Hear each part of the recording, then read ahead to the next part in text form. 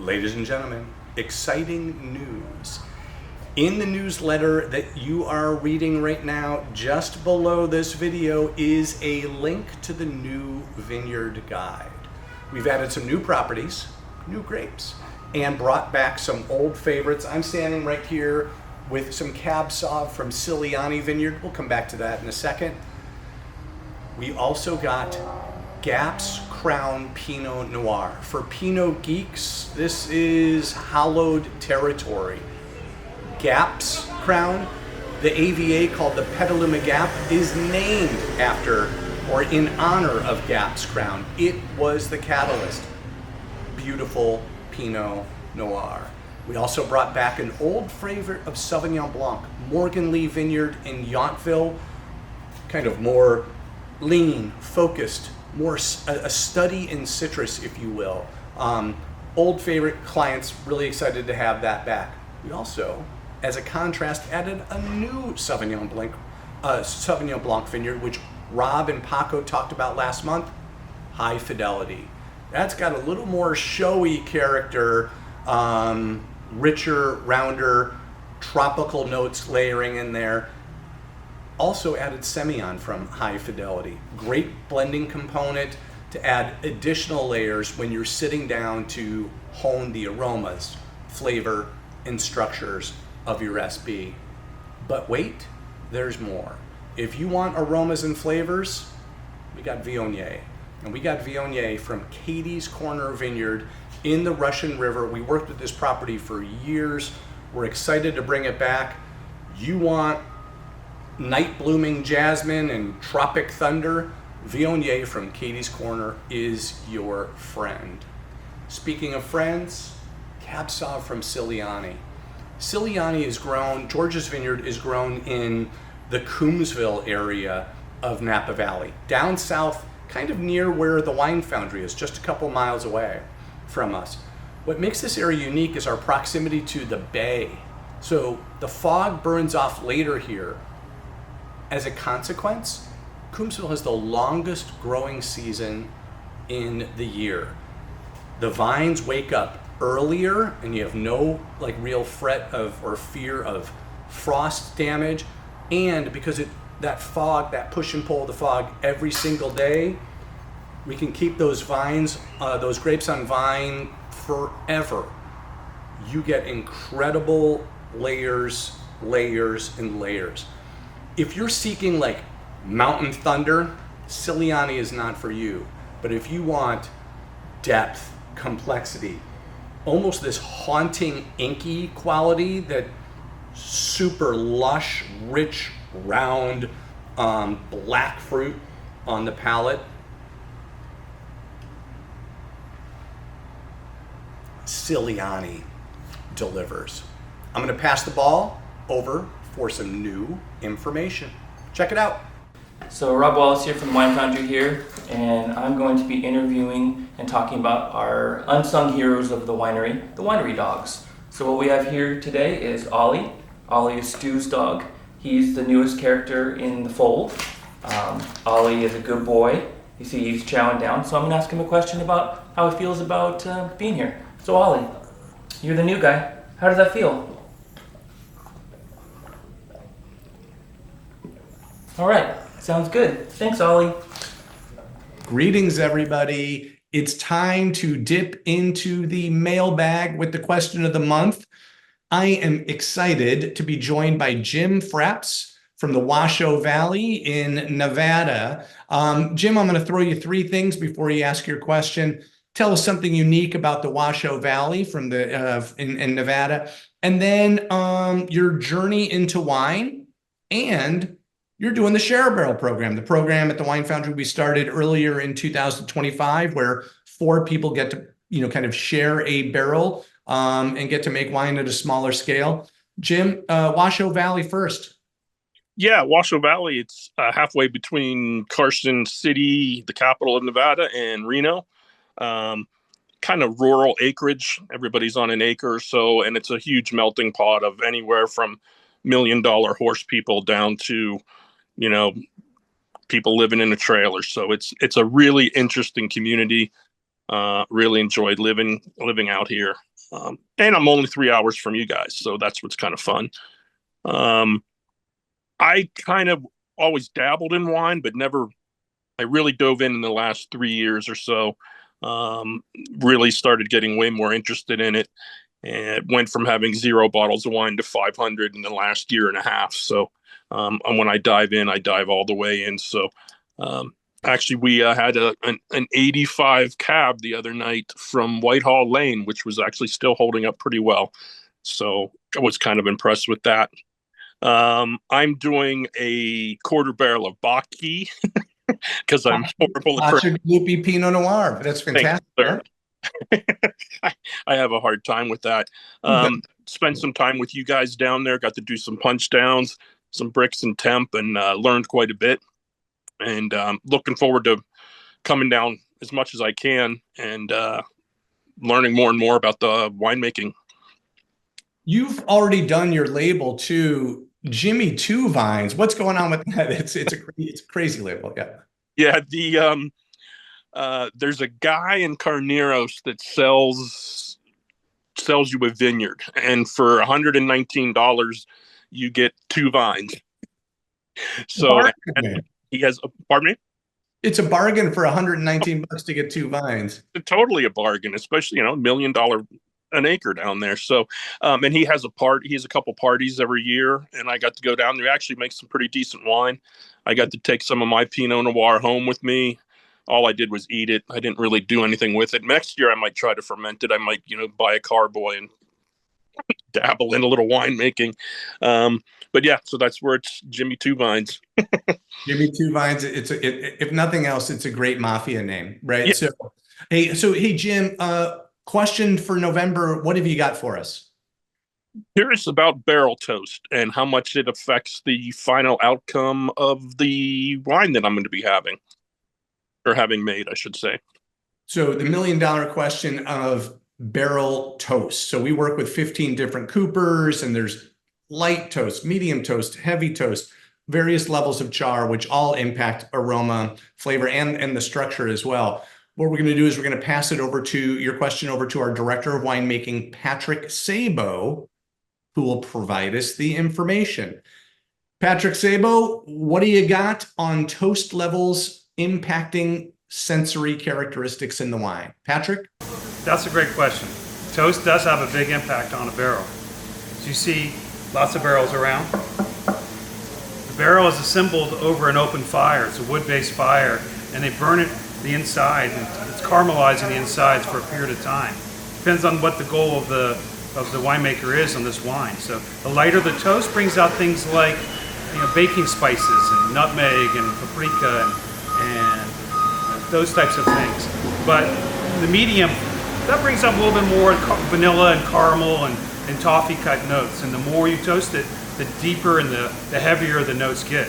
So heavy toasting brings in chocolate and espresso and creme brulee and toffee, things that really impact the wine quite significantly. So depending on what your goal is on that wine, you might want it to be a bit more spicy, more notes of clove or of cedar or cigar box and things like that. So it's really a combination. So I work with 13 different coopers, and with wood across from most of the center of France, but different forests bring out different notes. So Bordeaux wines, typically I'm going to go for more of a medium plus toast, sometimes between medium and medium plus, because those notes bring out a little bit more of the dark chocolate and mocha and notes that I think most wine people go, man, I can't wait to have that in my wine. Pinots and Syrahs and things like that, I go with a little bit lighter toasting, more medium toasting, because I don't really want quite such spice and heavy char on those wines, because a little bit more delicate. So it really does depend. Chardonnay similar to Pinot Noir in that regard. So depending on the wine, we can use with different toast levels and different elements, because there's really a full kind of palette and spectrum of flavors to work with. So the compounds inside the wood are caramelizing it while that fire is going. So a medium plus fire might be about 45 minutes at 200 degrees Celsius or so. And then that gives us just the right amount of toffee and butterscotch and caramel to make that Napa Cab taste just the way you want it to. So on that note, I can't wait to try out a little bit of my toast. I'd say a medium plus. Perfect. Cheers. Hey, Rob here. I'm with Zoe. Zoe is Val and Philip's dog, and Zoe is our protector. She's the one always making us safe. So, Zoe, how do you keep the place protected and safe? There you go. That's how she does it. Hey there, I'm Paco. We're here at the warm room at the Wine Foundry, and we're going to be talking about malolactic fermentation, which is what some of these wines, that's a beautiful Broken Rock Cabernet Sauvignon, Stagecoach Cabernet Franc, and so on, that have already finished alcoholic fermentation, are going through right now. Malolactic fermentation, which is the microbial conversion of malic acid, think Granny Smith apple, sharp, very tart, green, into lactic acid. Think the acid in yogurt or milk. It's a little softer, especially it's a little more stable. Now, something important, we call it malolactic fermentation, but it's really a decarboxylation. It's not technically a fermentation, which is the microbial conversion of sugar into alcohol. So just to start on a good food, we're just gonna call it malolactic conversion, which is the way that Stu likes to call it, and I support that for the sake of science. Malic acid into lactic acid. Who does this?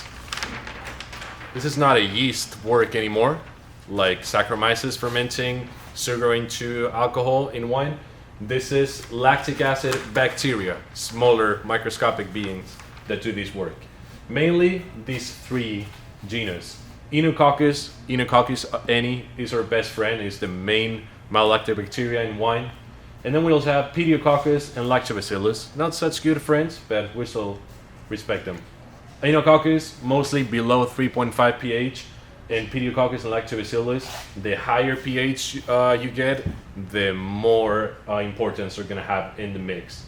So that's where the starting pH for malolactic fermentation is important, because we want to try and have Enococcus dominate, as we'll talk about in a second.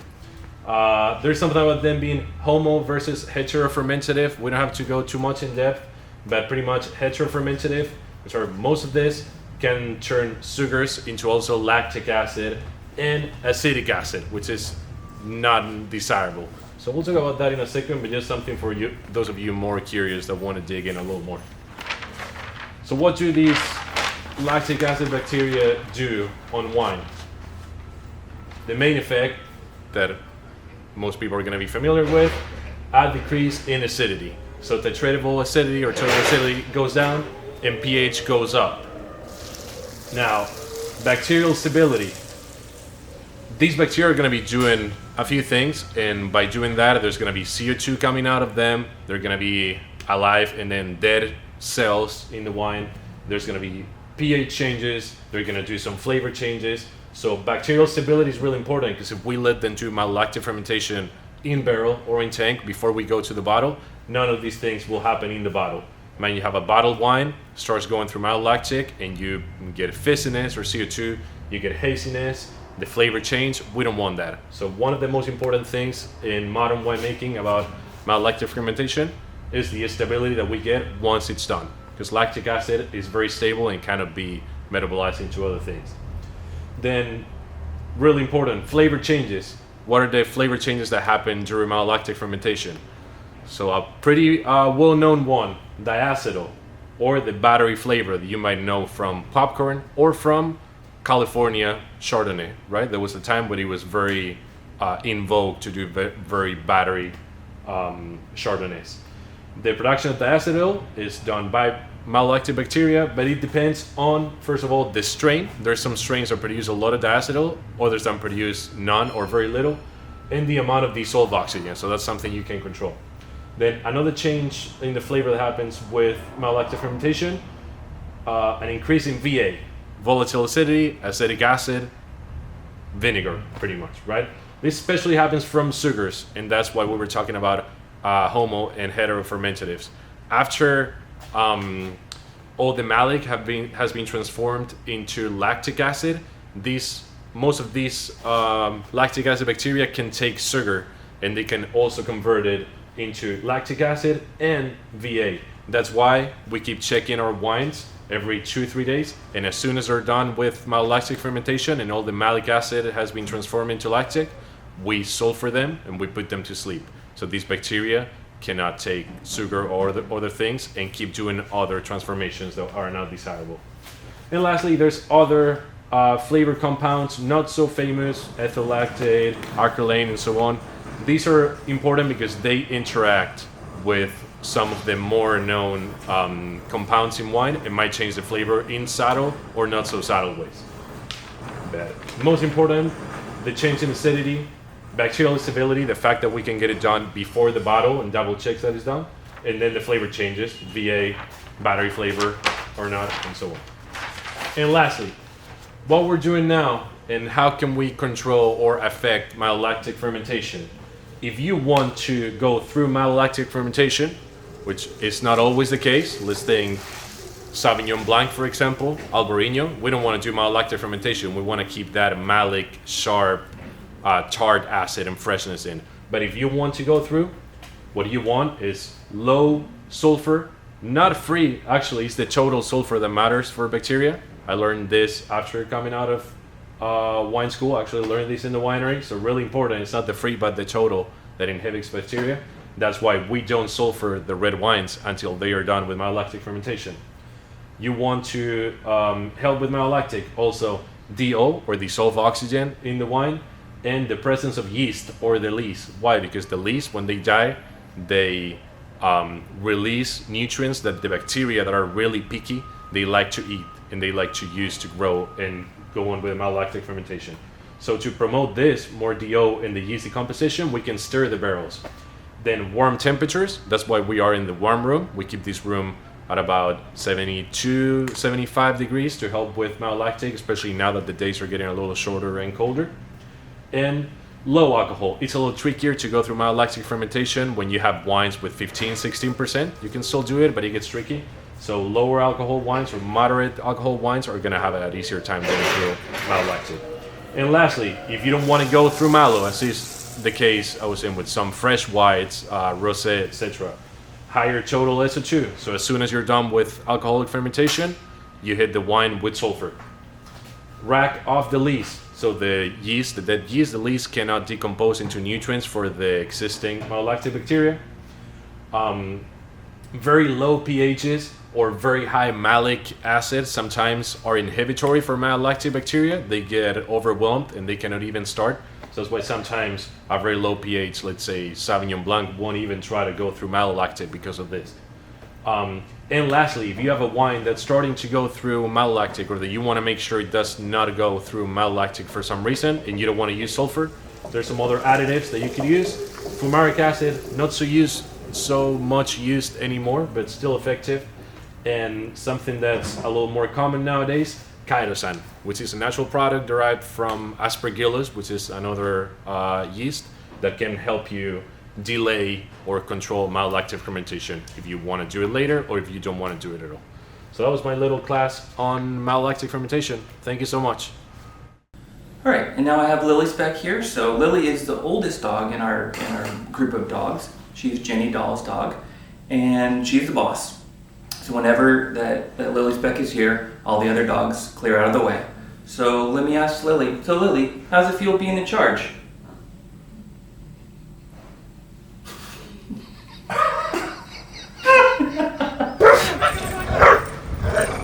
Okay, so we have Bailey dog here. So Bailey is our local fetcher. Bailey, what do you think about fetching? Tell me more. Okay, drop.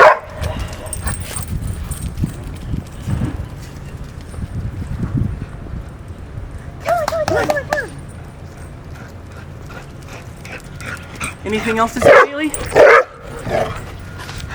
All right.